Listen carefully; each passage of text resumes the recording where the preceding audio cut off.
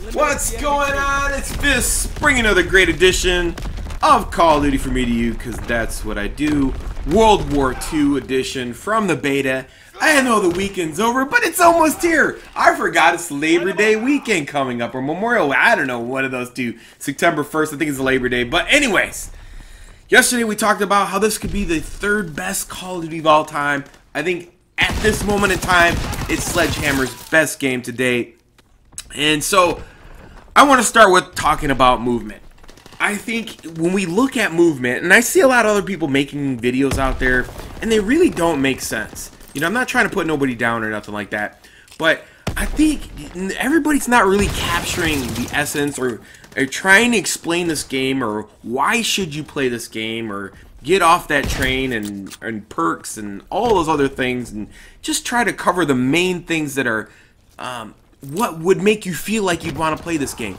Do you get excited? Do you miss this game? Since this game is gone right now, do you miss the game? So you got to say to yourself, I mean, yesterday after coming home from work, I thought about it and I said, you know what? I do miss this game. I wanna play this game, and it's not on right now. So I mean, it's not like an epic I want to play the game, but I feel like I want to know more about the maps. I want to know when they finish the maps. I want to know how well it's going to look polished. I mean, there's so many interesting things and little things about this game that make you appreciate it. I mean, for one, the way people die in this game. I mean, you got lingering death, which after when somebody dies from like a bouncing Betty or fire or a certain way when they die, their animations are completely different. There's even times when people get crunched, they fold up like lawn chairs, and I thought that was fascinating. There's just tons of little things like snow and icicles falling off, and I think what's really peculiar is the smoke and the fire, and when you're shooting at like doorways, smoke billows, and the flashing of the weapons. Winning by the margins. And some people say, oh, this looks like a game from 2005. I'd have to beg to differ on that, because, I mean, just like when we just seen that explosion from when the, I call it the Predator missile, but when that bomb comes down, that glide bomb hits the ground, I mean, it's amazing. It just blows up the whole area. It's crazy, because there's so much detail in that. But the main part that I want to cover before I got all excited and in this video is I want to talk about movement. I think the movement in this game is a special thing. And what I mean by special is this. For the last 3 years, we've had boost jumping, wall running, and all of those things. You have to remember that the movement in this game is very comparable to every other Call of Duty in the sense that it has its own special style. So when you look at movement that is like, for instance, wall running and all that, what I just covered before, is that it was available to everybody. So if you wanted to wall run and jump and do all that, it's there for everybody. So it's not like it's some, you know, hey, you can expect those things to happen to you. What's crazy about this game is it's the same exact type of crazy movement, but in a different sphere, in a different circle of circumstances.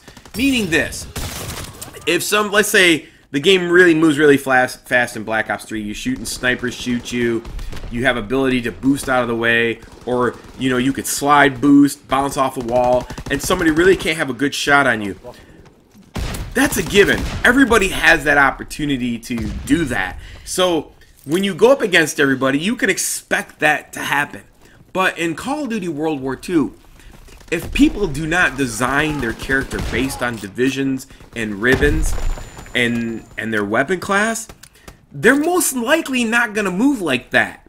So if you're one of those people who come from a jetpacking game, that's the style you want to have. The other thing where I could see where people wouldn't be happy is the fact that they don't understand that, because they've never, like that guy jumping right there, they've never played a game like the last 3 jetpacking games. So when they go up against a person that understands or gets the concept of how Sledgehammer delivered that special type of movement, that is the nugget I was talking about, the diamond and the rough and all that stuff yesterday, is developing your style based on the visions and the ribbons to mimic how you used to play in run and gun jumping games, wall running and all that other stuff.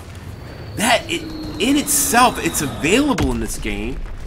You just have to build your class to move like that. And here's the great thing about it. You will know when you're going up against somebody how they're moving. And most likely if they're running on this. So I would like to say this. Most likely if somebody's running certain classes, they're probably going to use the division that goes with that class. What you have to do is you have to mix and match all those up that best fit your style, what you're used to. And that's the crazy part. So people are going to get mad because they've never played a jumping, wall running, boosting game. So when they come play this game and somebody's moving like really fast or back and forth, left and right and all that other stuff, they don't get it. They just always played boots on the ground, and they just assume that if somebody's in front of you, you don't have to worry about someone to the left of you, the right of you, below you, all that. They're just supposed to be in front of you, and you can kill them. But that's not necessarily the case. You just have to figure out. There's a lot to figure out as far as like the class setups, the sensitivity, all that comes into play, and that's what's going to make the difference in you beating somebody else. I think this game even rewards you more in your stick movement plus your classification setups versus than any other Call of Duty. I mean, even the last 3 years of wall running, boost jumping, and all that. Because now you actually have to build your style versus it just automatically being there for everybody like it was in the last 3 Call of Duties, which it's not. And that's why when you can discover something that you feel like you discovered nobody else can, but there's going to be tons of us who've discovered how to move a special way and how to adjust to certain situations when you're playing the game, that you can appreciate that. It's like you discovered something, so that makes you that you want to play this game and you're intrigued, and that's what you feel like this game is special to you. And so that's what I'm saying. This game has the same movement, but in a different realm or a different parallel than the boost jumping games, the jetpacking games of the past 3 years. Now, if you want me to go over that, where I could show you the setups to help you move a little bit better and sensitivities and all that stuff, leave a comment below. And if you like the video and you want to see more, hit the like button, follow me, all those things. Until next time, it's your boy Fizz. Peace. I'm out.